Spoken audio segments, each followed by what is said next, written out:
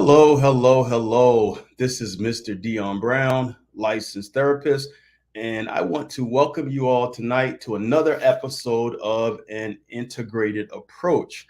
Tonight, we are going to, during this month of May, which is Mental Health Month, and as you can see, we have on our Protect Your Mental Health shirt, which we'll talk to you a little bit about later about how you can cop a copy of this shirt or some of our other brand shirts. But we want to welcome you all to Mental Health Month. And tonight, in light of Mental Health Month, on an integrated approach, we're going to be talking to you all about the subject of mental health, wellness, and spirituality. So that's going to be mental health, wellness, and spirituality. Now, we will primarily be doing this from a Judeo Christian perspective, but we're going to be respectful and acknowledge other types of religions and religious thoughts, spirituality, etc., that people are connected to. So, again, this is Dion Brown, licensed therapist, self care expert here in the DMV, mental health and wellness speaker, and ordained associate pastor. And I am very happy and very excited tonight that we are going to be talking about such an important subject. We just want to remind our listening audience that we are here each and every first Sunday at 6 p.m. for episodes with our invited guests on spirituality as well as a series of other thoughts. So we invite you to tune in every first Sunday at 6 p.m. We're broadcasting live on our Facebook page, personal Facebook page, Dion Brown, presently on our Instagram page, the self-care_therapist, and our YouTube page, DMV Therapist. The great thing is that if anyone misses this broadcast and great source of information, you will have the opportunity to go back to our YouTube page on DMV Therapist and look at it later. Now, without further ado, tonight we're excited to have with us our special guest, Mr. Jermaine Brayboy.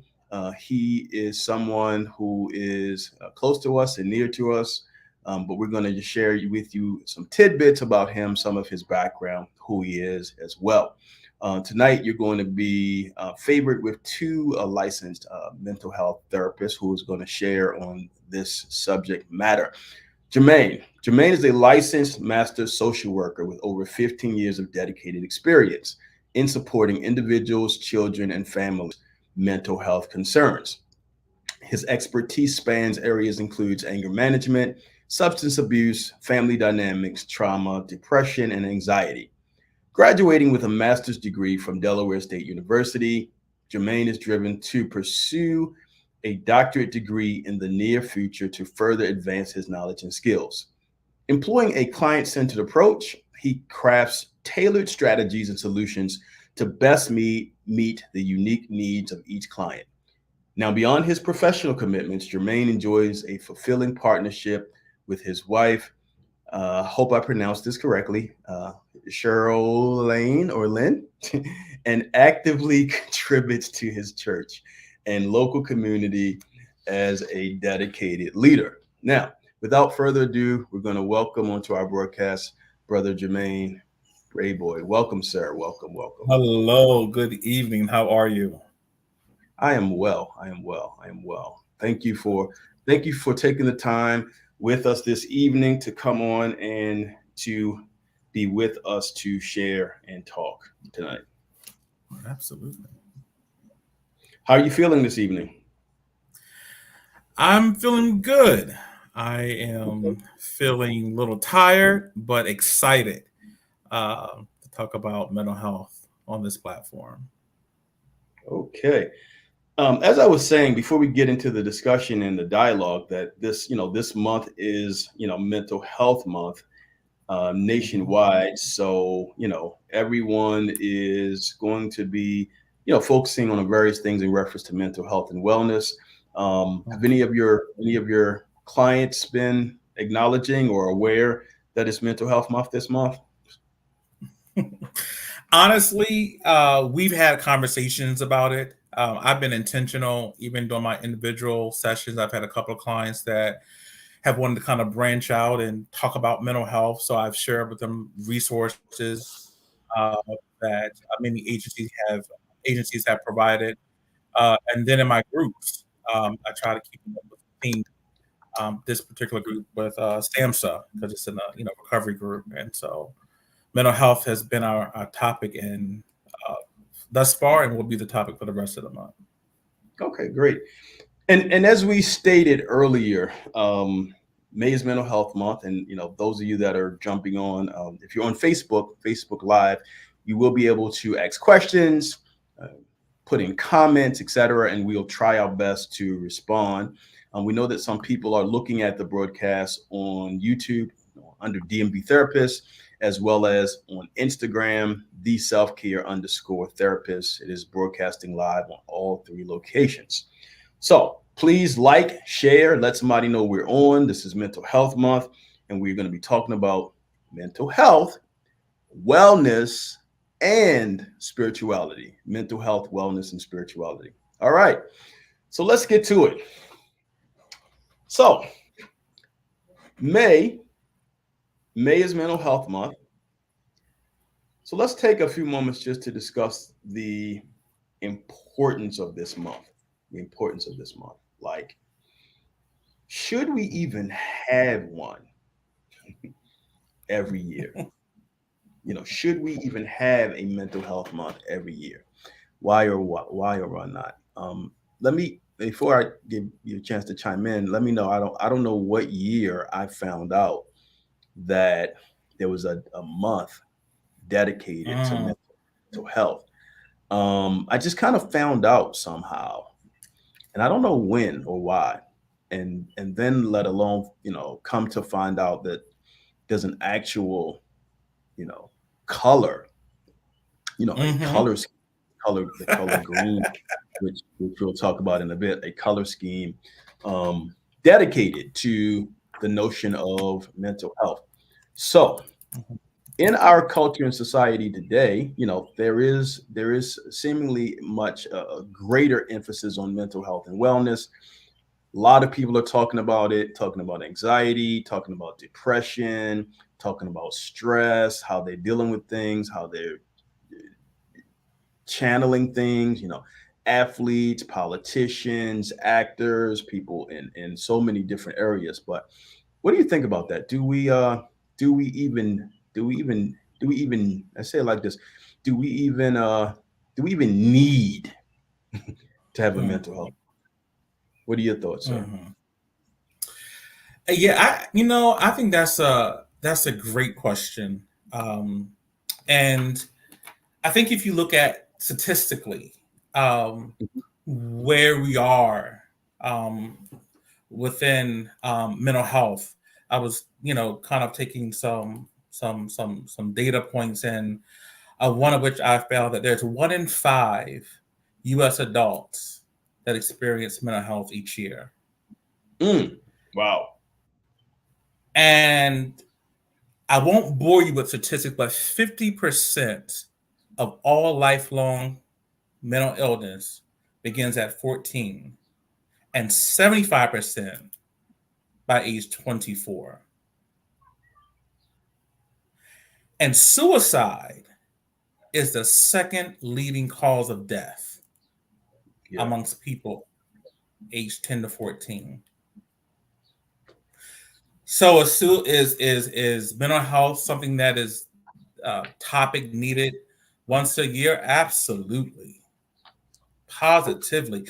Honestly, I think we need to have it more frequently. And we'll talk about, some of the challenges that we see, many of which can be connected to mental health. And I'm glad that there is a space that's provided. Churches and communities are starting to embrace it. I can speak for my church, and we're actually going to be setting aside some time, because that's often, the church has really not been a platform to talk about mental health. A lot of employers have an EAP program, employee assistance program. What is that connected to? Mental health. And I I agree. think that's because Totally. of the growing, the rise about it.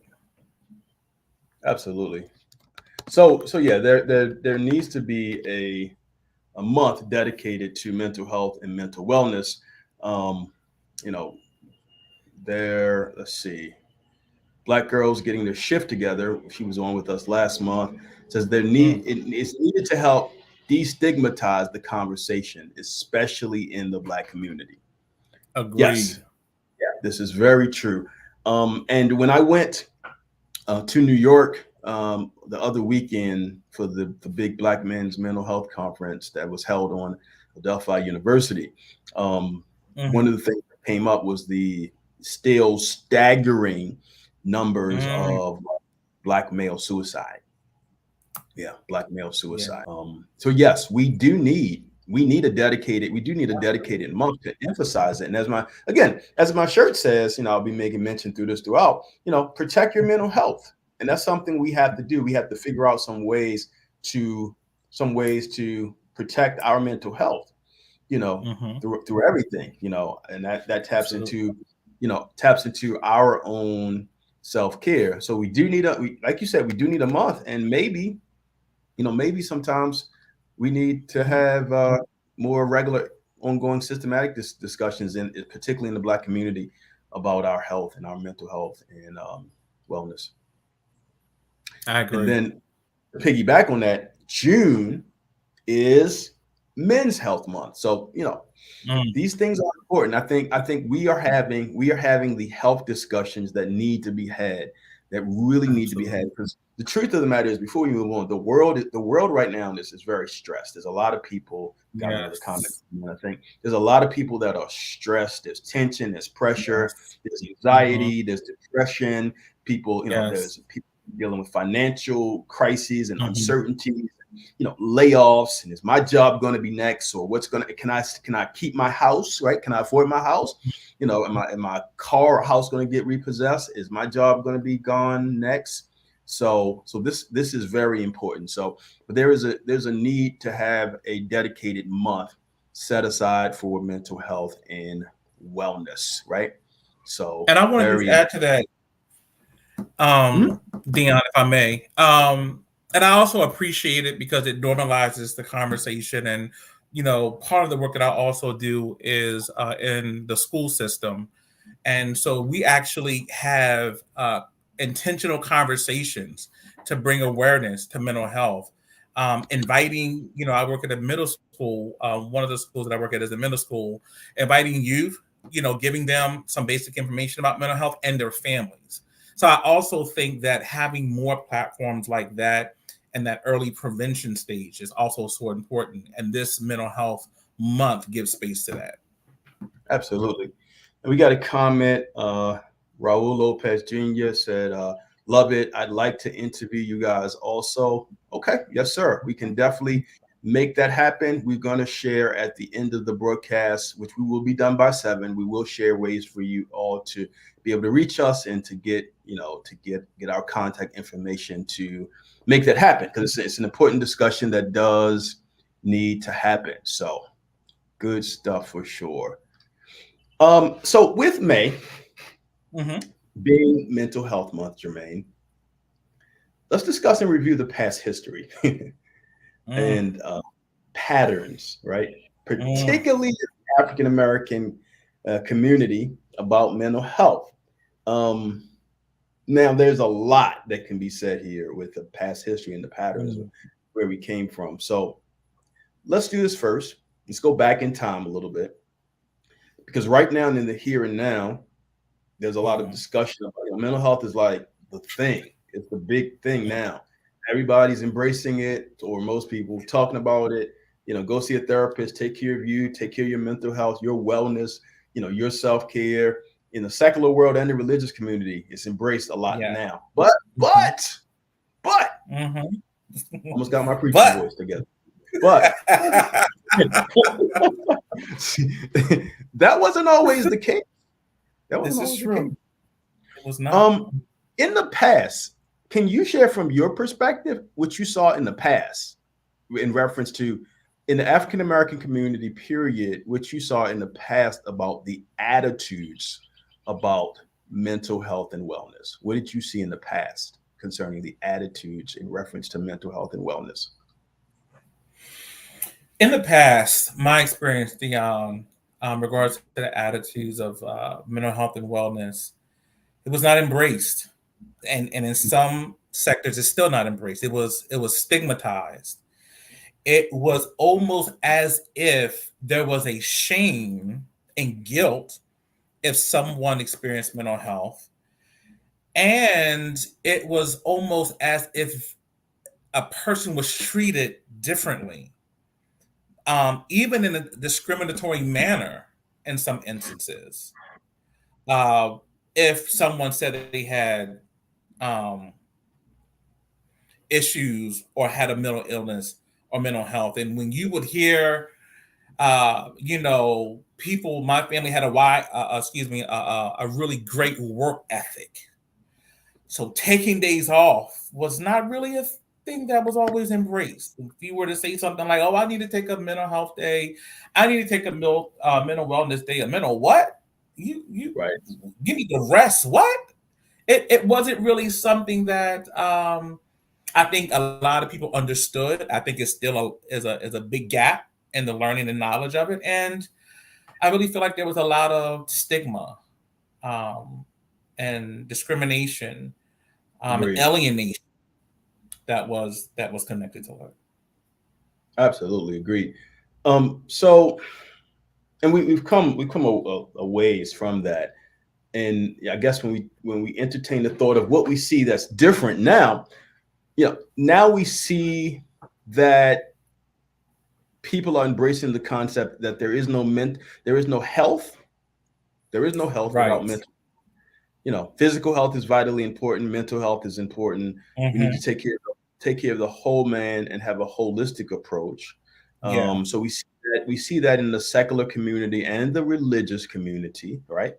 We Hmm. see that one of the historic messages and fallacies whenever I teach and do presentations in secular communities or church communities, one of the things that I share, kind of like I call it historical fallacies, right? Historical Hmm. fallacies. So one of the historical fallacies in the church world, we're going to go there for a moment, and we'll talk about that in a little Oh bit. boy. One of the past historical fallacies was that if you need to see a counselor or a therapist, that you don't have enough faith, you don't believe God enough. Thank God we are long past that, or past that to a degree, and things have really Hmm. um, grown and developed. So, Yeah. things are improving. They are better. Yeah. There's a few Yeah. comments I want to get to, Sure. unless you want to jump in right away. So let me go. Let No, me go. no, no, no. Let's make this as engaging as possible. Yeah, I agree let me with go you. I'll back. just share. Okay. Let me go back to Joseph Sutton. Earlier, when we were talking about the importance of mental health, he put employers need to do more at middle management to highlight the importance of mental health. Agreed. Absolutely agreed, Joseph. Agreed. Absolutely Great agreed. point, Joseph. EAP programs are a good starting point, I think, for a lot Yeah.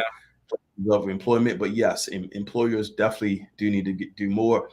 And Davino Sinclair said, stigma still exists, but I am impressed with the current discussions around mental health and considerations to holistic health. I appreciate more forums and discussions like this.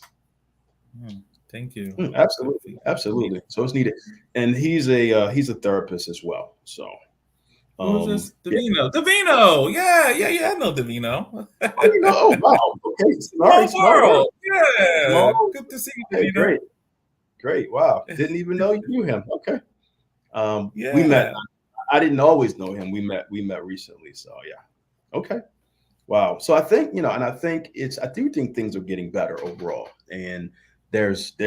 there is stigma that does exist. Maybe less is stigma. And I'll tell you, these young people that are, me having a passion and a burden for teens and young adults in my history and pattern, these young people are coming across like, yeah, I see a therapist, I go to therapy, Yeah. I'm getting some Mhm. help for it's not so much stigmatized for them, growing up. I Um, I Go work ahead. my just to add to that point, kids, I feel like they look for it for many reasons. Number one, especially if it's a therapist that they connect with, because that's their safe space. And I have kids that will come seek me out, like, Mr. Jermaine, you didn't see me this week, or you didn't see me today, and I'm like, all right, well, I'll get you. I'll make sure I get you before the week is out. So I think it is becoming more accepted, more embraced, and what's happening is, because they can see the progress, then they also bring their friends along. And what better way, to also promote mental wellness than amongst, the peers, the peer group. Okay, absolutely. All right. More comments. Okay, let me see. Which one do I go to first? Okay, this is good. There's a lot of engagement here. Hazel Rice. The sad part is we were taught that. Oh, yes. Okay, in the church world. Okay, yep. Hazel Rice. Yes. You want me to touch that one, but Hazel, you hit the nail on the head. Okay. Well, it's part of number 3. Actually, the third question says the notion of stigma overall has some cultural influences and impact. Let's discuss the stigma, and we break it down to areas. So, there was stigma from, you can stay there for a minute, in the spirituality, that with the stigma, there was stigma from the church world, right? Or from the religious community. Because I don't want to just say, let me say this, I don't want to just say from the church world, the Christian church world, because, maybe in reference to, stigma across religious foundations, probably, Judaism, the Islamic faith, some of the African traditions. So I have clients who have some other spiritual traditions where there was stigma, but there was a lot of stigma across, let me just say, across spiritual frameworks. I don't want to itemize this to simply Christianity, because we know that everybody is not a Christian, and that's okay, and we need to, I want to expand it a little bit beyond just Christianity, because I believe that there was stigma across religious frameworks. Okay. But yes, to Hazel Rice's point, those of us, I do identify as a Christian. I'm going to say that, let that be known. But those of us from I too. Yes, right. I'm a Christian. From a Judeo-Christian standpoint, and I identify as a Christian, but I have enough spiritual and intellectual integrity to respect people who are not Christians. Okay, so let me just throw that out there. I'm sure my brother Jermaine does as well. Absolutely, agreed. Yes. As we both see and treat people who don't identify as Christians. Okay, my comment section blowing up tonight. This must be you, Jermaine. I don't know what you're doing. Something isn't happening. Hazel Rice said, I have a few people that encourage you more. Yeah, absolutely. The sad part is that we were told that everything was demonically influenced and not dealt with as mental health challenges. Sad. Absolutely. Hazel, now that we know better, we do better. I see God, I see in the Christian standpoint, I see God raising up people like myself and Jermaine, who are, trained ministry wise as well as clinically to help with this issue. Black Girls Getting a Shift Together said, yes, Hazel, yes, I love you. You are funny. I'm going to Joseph Sutton. He said, I also heard in church. Oh, Lord, let me drink this coffee. I also heard in church that we shouldn't take meds to help with anxiety. I no longer attend that church. Okay, I understand that. And Jermaine, let me comment on this, if I may, Dion, and just to this stigma that we're talking about. If unless you wanted to kind of move away from this topic, I think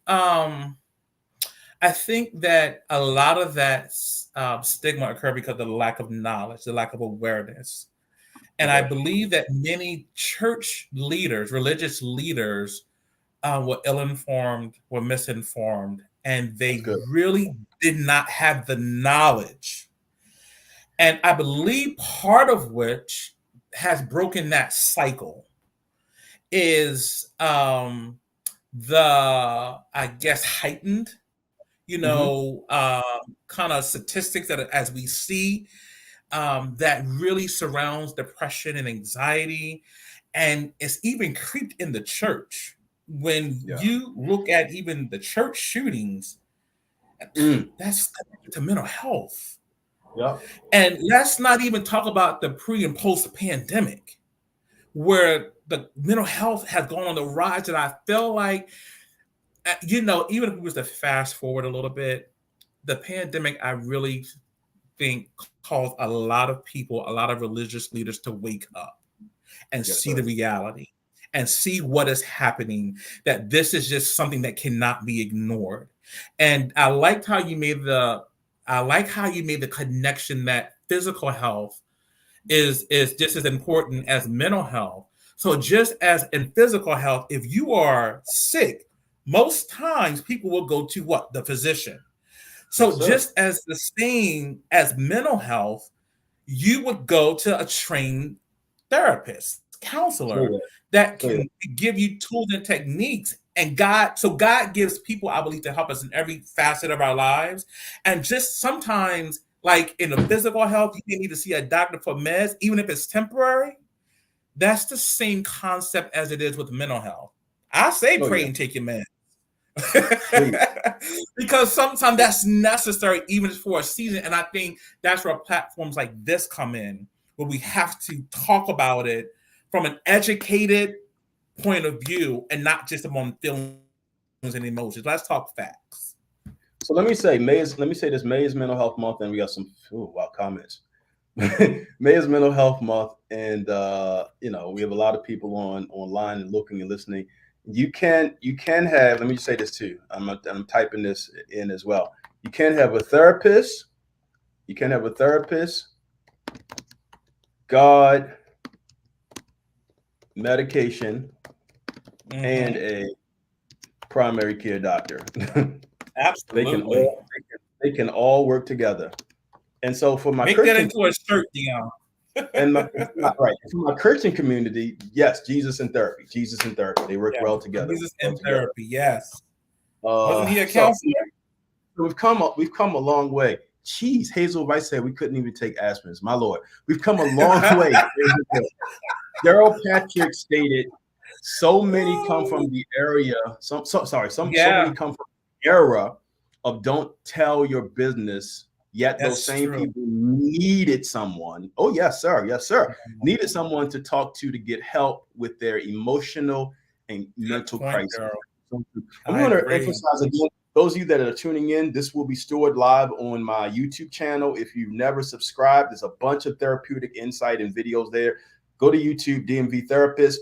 If you want to cop this great shirt, this is one of my designs, Protect Your Mental Health. You can grab that from my website as well, with a bunch of other self-care shirts and designs. And of course, my best-selling book, if you don't have it, Non-Negotiable Self-Care. You can get the book and one or several of the t-shirts as well. So, stigma also came for people from friends and from family and from the media. But now, things are, I'm happy and I'm grateful that things are great. What I don't like, and I know you can appreciate this, as a licensed professional therapist who spent hours and hours and time and hours and hours and training and education, I don't like that we have such a barrage of expert coaches and influencers who have no training, but want to tell people, want to jump on the mental health bandwagon and tell people what they should do and need to do. All of these relationship coaches and all of these special coaches with no real training or insight, or all these great influencers, right? So I'm grateful for people like yourself who are taking the true and honest way of going to school and getting training and learning and time, effort, and experience under your belt. So thank you. And I think you just the same. And what I think is also worth saying to that point, Dion, is check the source. Many times people listen to these individuals who are giving what they think is right, and it's deception. It's a lie, and it's perpetuating that cycle that is happening of you not being able to get well, possibly. So when you're hearing things, have they been vetted? Have they been trained? Like, have they gone through the coursework, the clinical knowledge to be able to speak to competently what the matter is at hand? Because sometimes people are giving their opinion, and I think that it adds to the frustration and the confusion, and the stigma that we're trying to combat. Yep. And Davino Sinclair put, and I agree wholeheartedly, To your point, Dion Brown, that's what we mean by an integrated, holistic approach. He said it's crucial that we dedicate as much energy and time to nourish and protect our mental health. Amen. I agree fully. I agree fully. Protect your mental health. Briefly, I was in one of my gyms that I go to. I have 3 gym memberships. Don't judge me. And there was a gentleman in the sauna who was talking about his separation and divorce from his wife and how he got depressed and how he realized he needed therapy. He was a brother in better shape than me, but realized how he needed therapy and medication management. But we also talked about in addition to that, right? In addition to therapy, in addition to medication management, in line with what therapist Davino Sinclair said, just wellness, right? And so with wellness, it may incorporate other things that you do.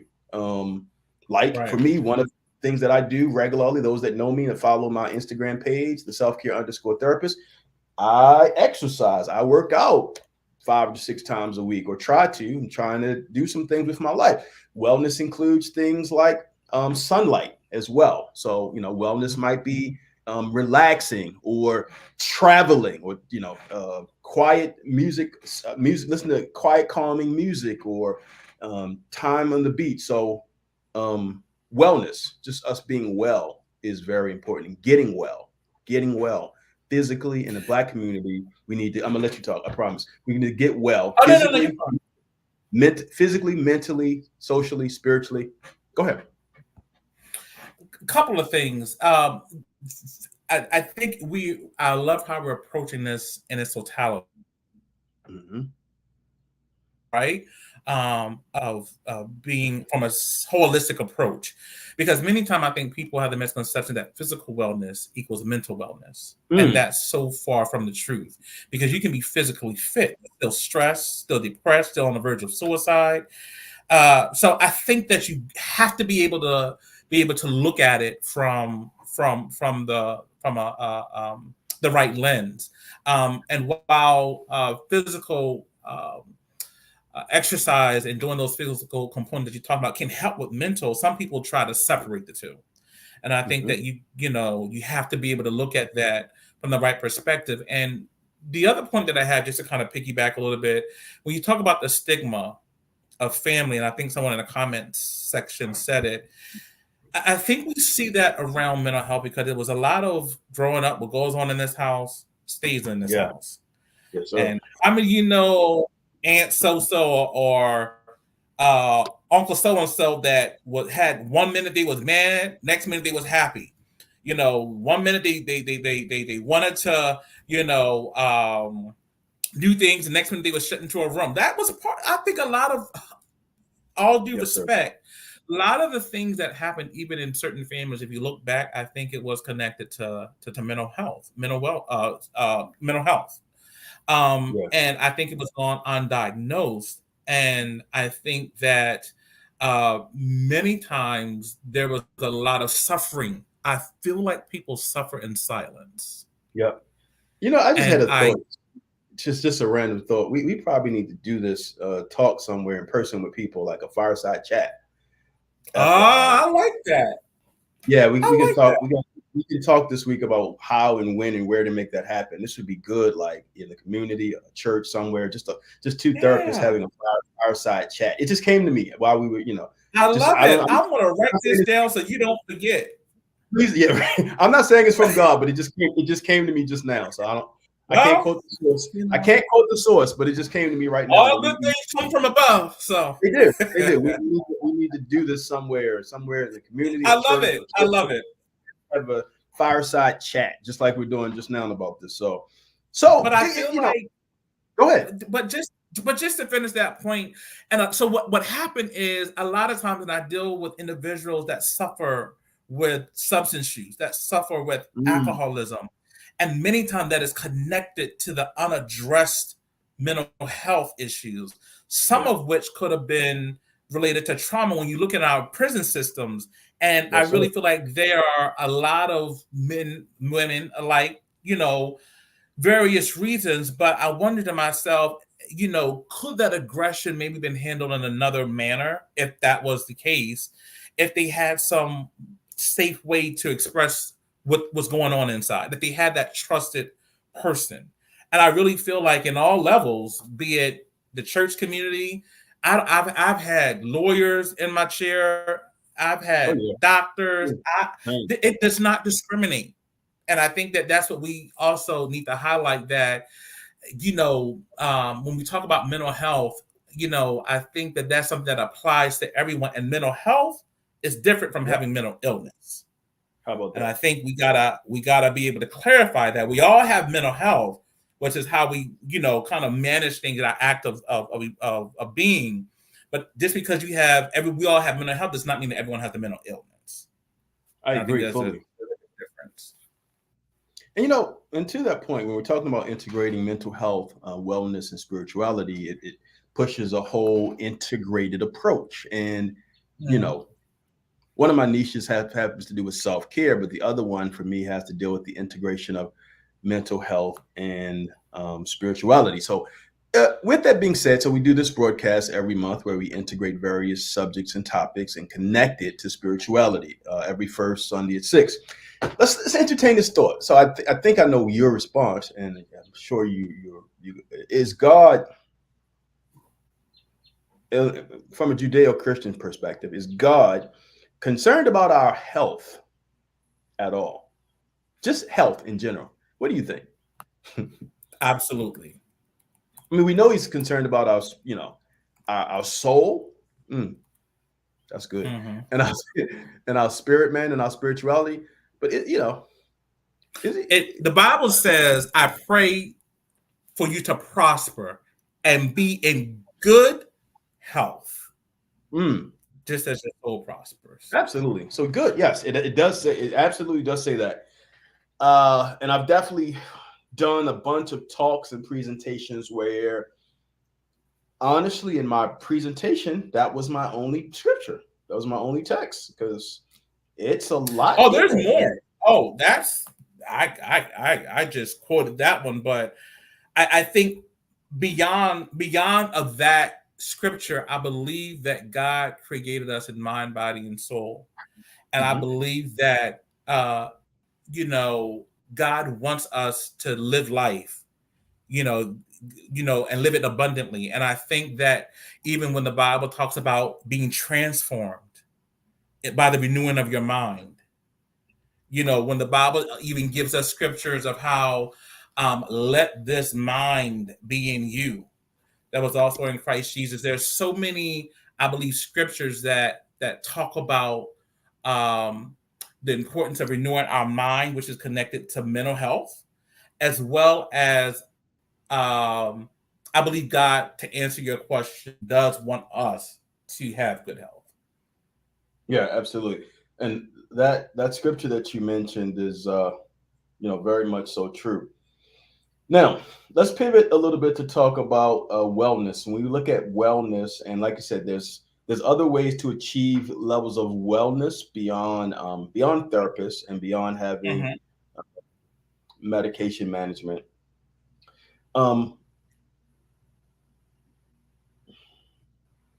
There does seem to be a good amount of weight that people are putting into their overall wellness, physical, mental, spiritual. Physically, we see a lot of people, not everybody, physically, we see a lot of people trying to eat better, make better eating choices,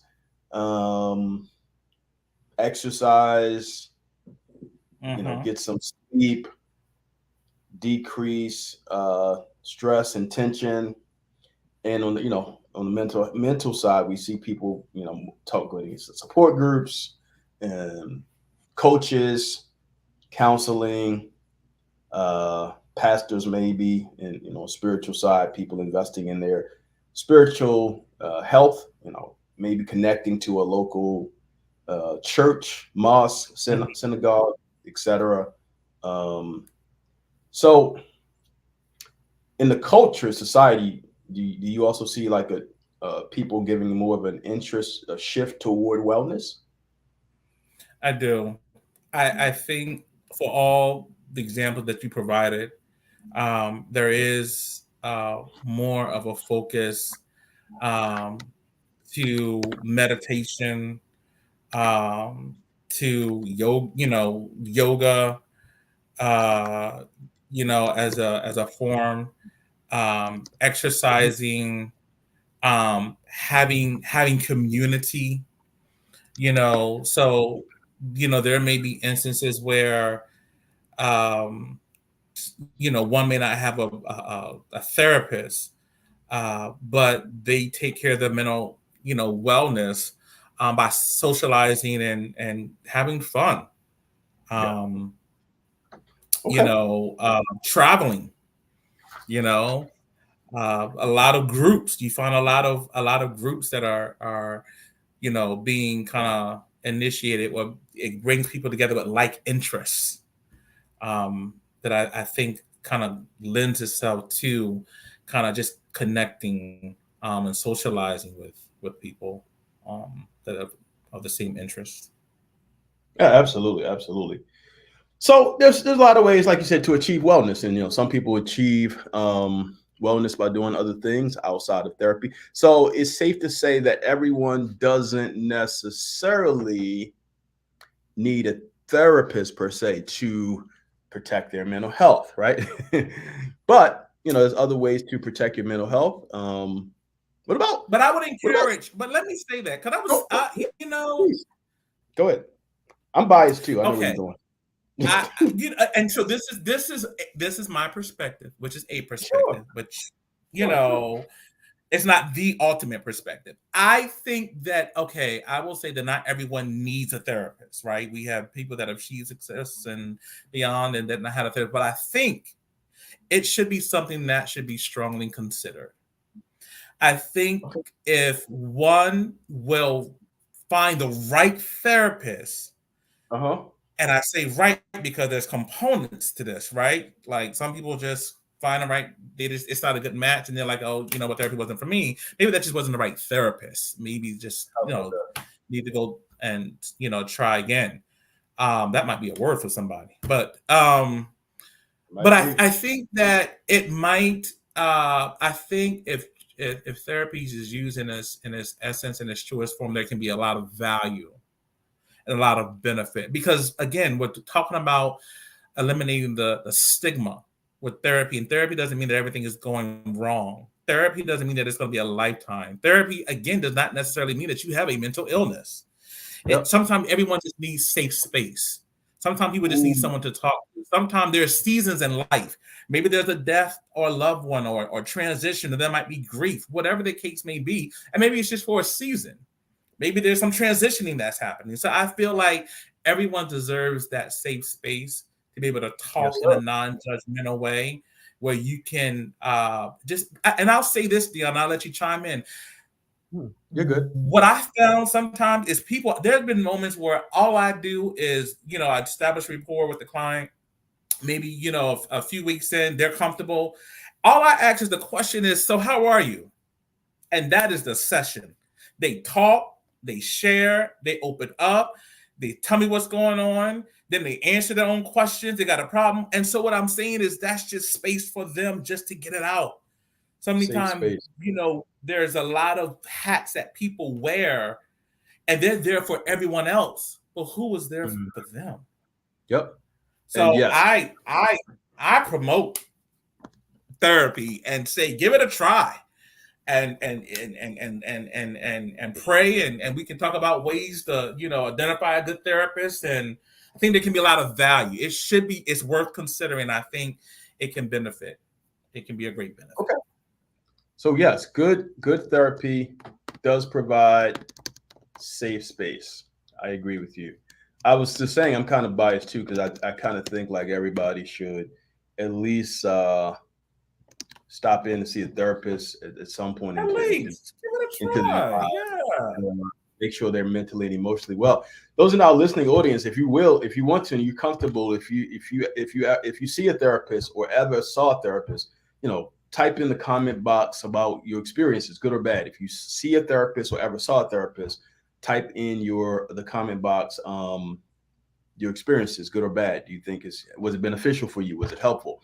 we do provide space. We provide, I say to people, we provide sacred space for people, those of us that do this type of work.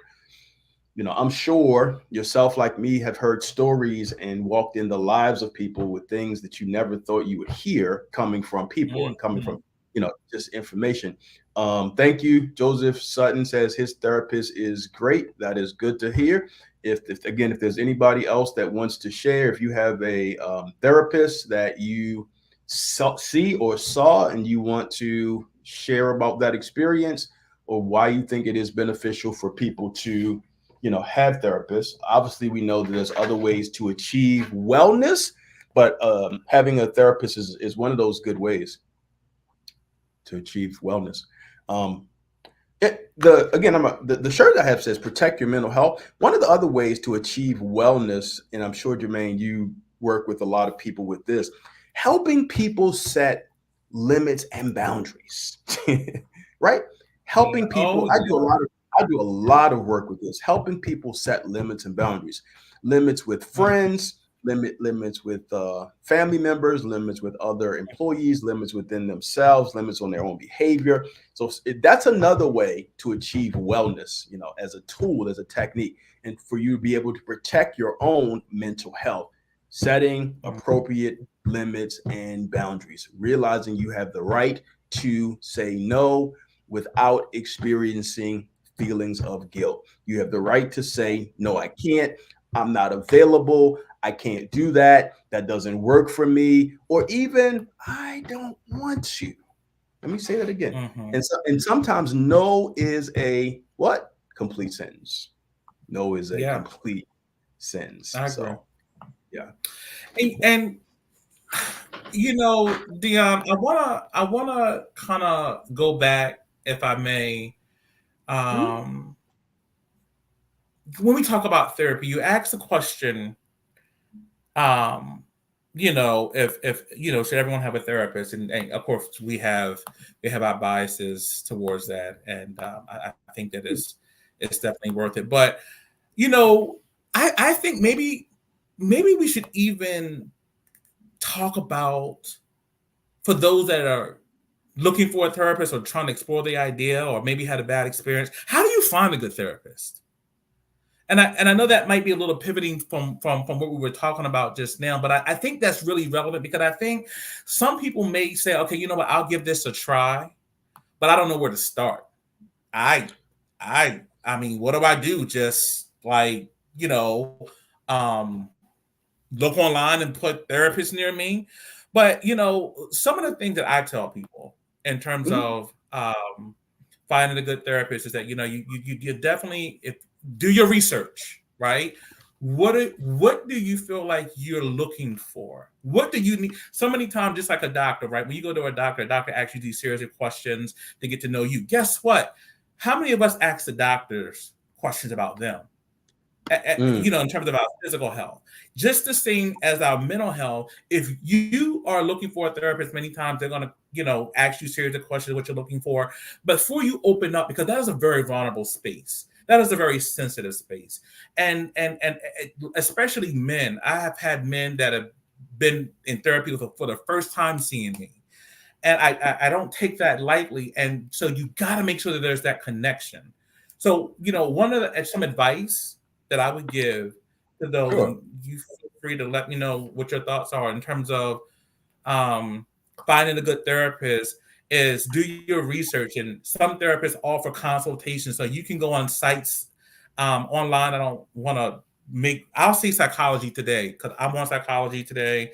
I can speak to that. I know there's other platforms. Sometimes if you go on Psychology Today, you have a filter that can, narrow down what you're looking for, if it accepts your insurance, and you can even do a consultation and speak to that therapist. Some therapists may not have a consultation option, but they'll have a bio on their profile.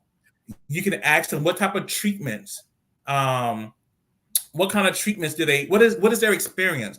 How long have they been in the field? What is their style of therapy? Because choosing a therapist is a very personal matter. Calling the back of your insurance card can give you options. But I think Good. I just felt like it's That's good to good. highlight what it takes to find a good therapist, because some people may be desiring to go that route, but not know where to start. You're right. And I'm typing in a few great things that you said as we speak on both Facebook and Instagram. It was a lot to capture, but I did put in that. It was good.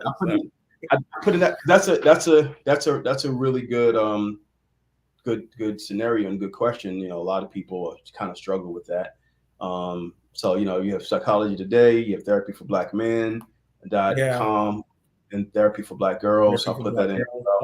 You have people, EAP, the back of their insurance card. But to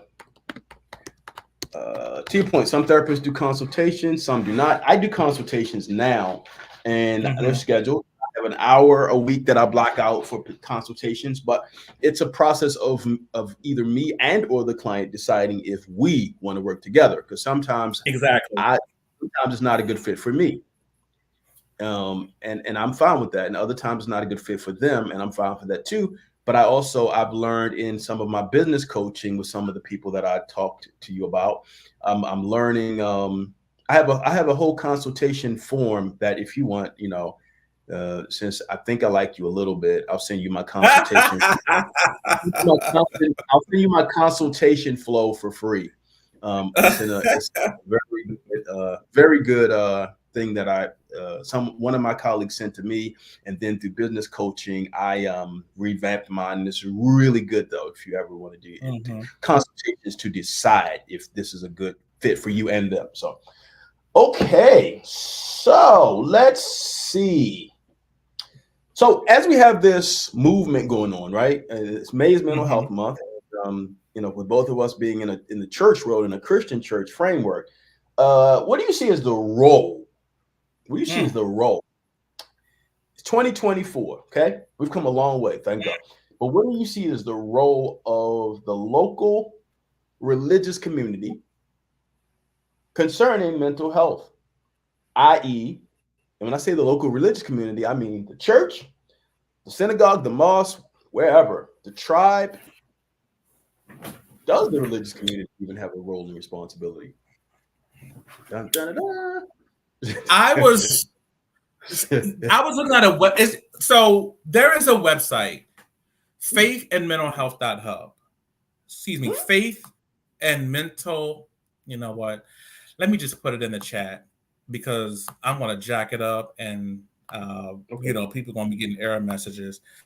I don't think it's going to let me, Dion, but I'll come back to it. But long story short, I think that I wanted to share this website because it answers this question, and I think that it speaks to the necessity of mental health leaders because I think oftentimes they have influence.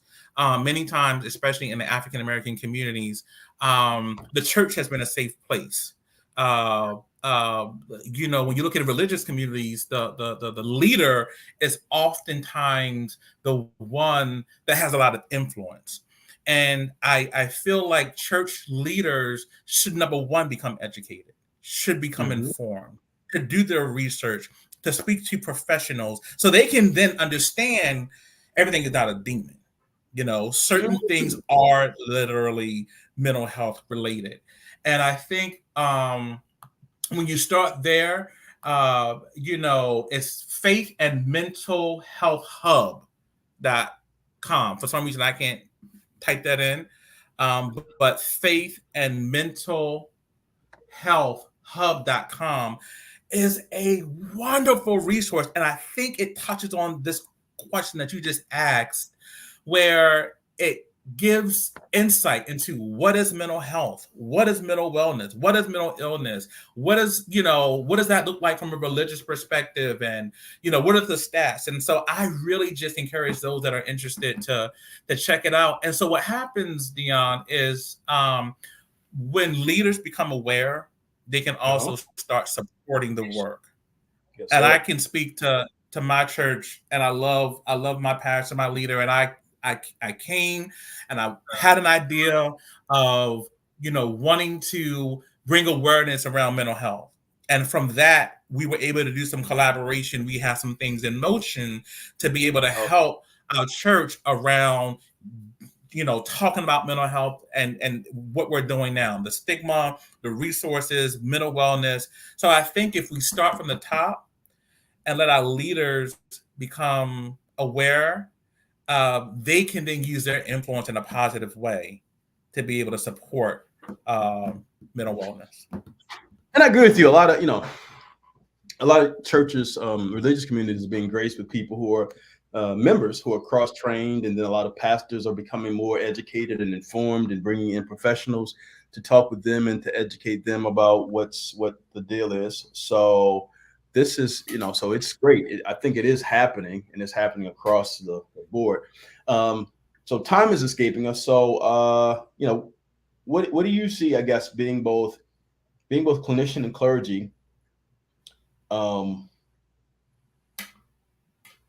Being both clinician and clergy, what is something that you see for yourself, I guess, present and or future, that you might be able to contribute concerning mental health and wellness in the spiritual space and community as well? After you finish, I'm going to share something that that I have in motion right now, and a few things I can't release just yet, because Joseph got into trouble because he talked too soon.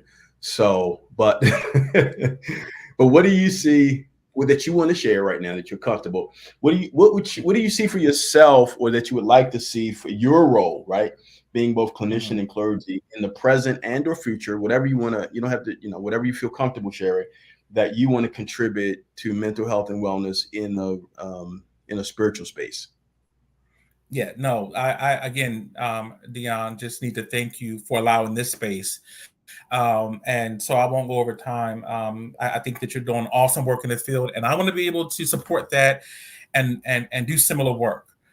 So Okay. one of the things I'm doing, I'm working towards my advanced licensure, so I can have my LCSWC, which will Mhm. provide me greater opportunity to speak on greater platforms, and be able to do trainings and to host workshops. And I have some training coming up related to trauma, and really work on a macro level. Like, I also want to influence policy, so we can really bring reform in the field, and also similarly to what you're already doing, use spaces to train leaders, to train clergy, uh, and say, hey, this is what's going on, and this is what you can do, and this is how I can help you.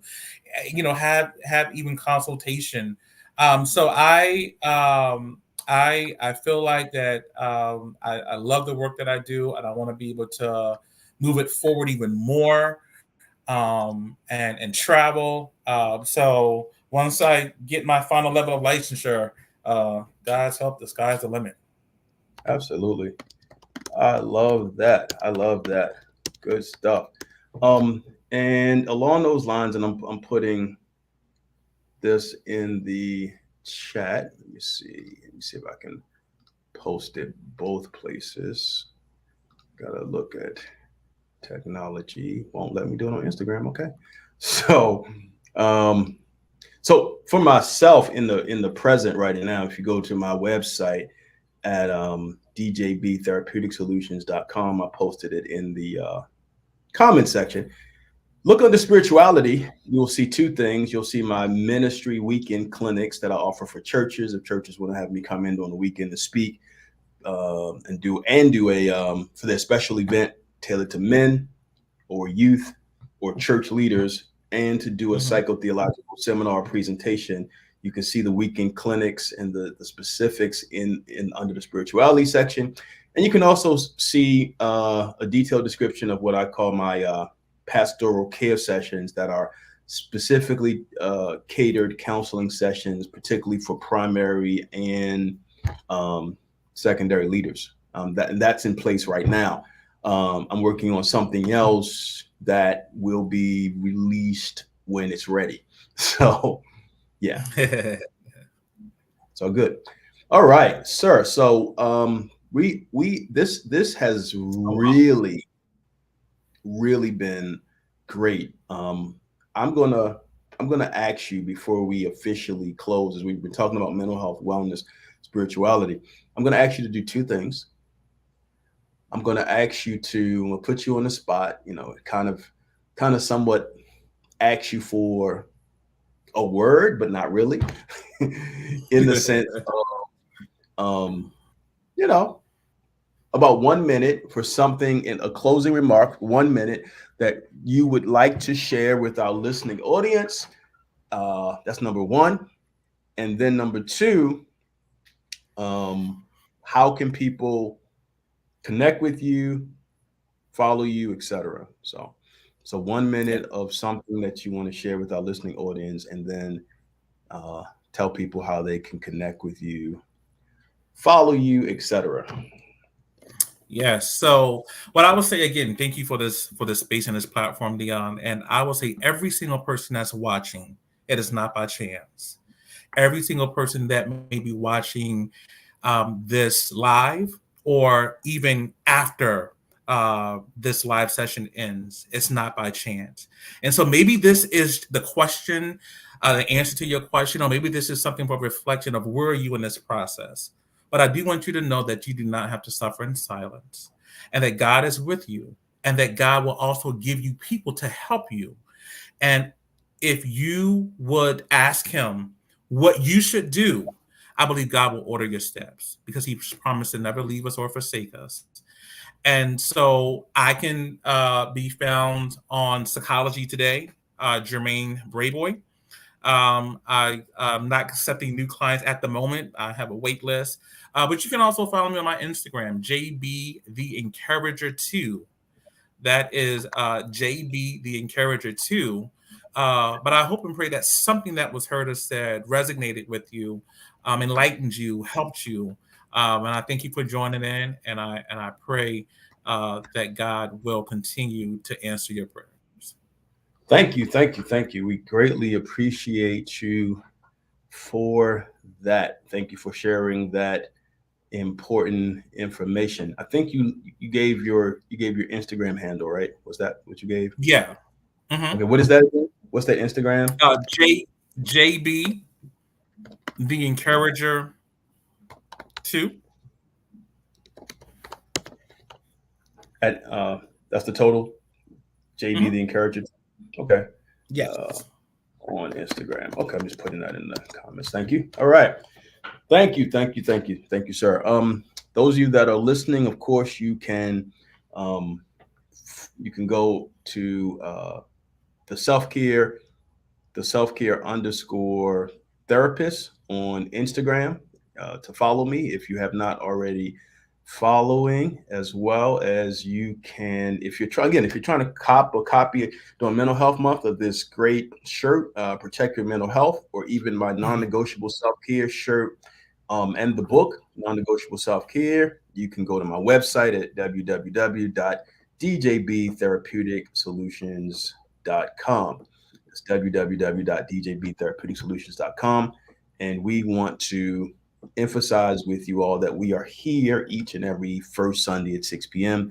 Myself and an invited guest on this broadcast, an integrated approach, talking about issues, current events, other life issues, and incorporating spirituality.